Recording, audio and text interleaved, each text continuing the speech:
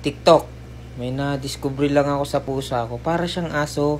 Pag tinawag mo siya, magwawag yung tail niya, kakampa yung buntot niya. Para talagang aso. Ngayon ko lang nalaman to sa mga pusa. Akala ko yung mga pusa, walang pake sa mundo yan. Basta uuwi lang yan, kakain. Tapos, ganun lang.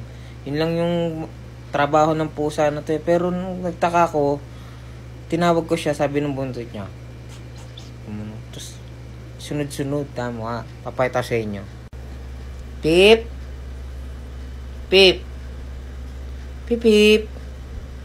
Putang ina, pinahiya mo ako. Pip! Shhh! Pip, pip!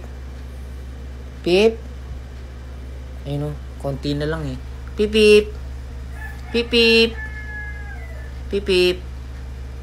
Walang hamo, palpak! Di ka pwedeng scripted. Round 2 guys, hindi ako papayag na mapahiya ako. Pip, gawin mo na yung pinractice natin ha. Isa pa, bilis. Pip! Pip, pip! Pip! Ayun o. Pip, pip! Pip, pip! Uy, pip! Psst, pip, pip! Ano? Para ka ng aso. Ha! Galing namin gumawa ng scripted na TikTok ng pusa ko eh. Bawi ka na sa kanila. Bawi ka na.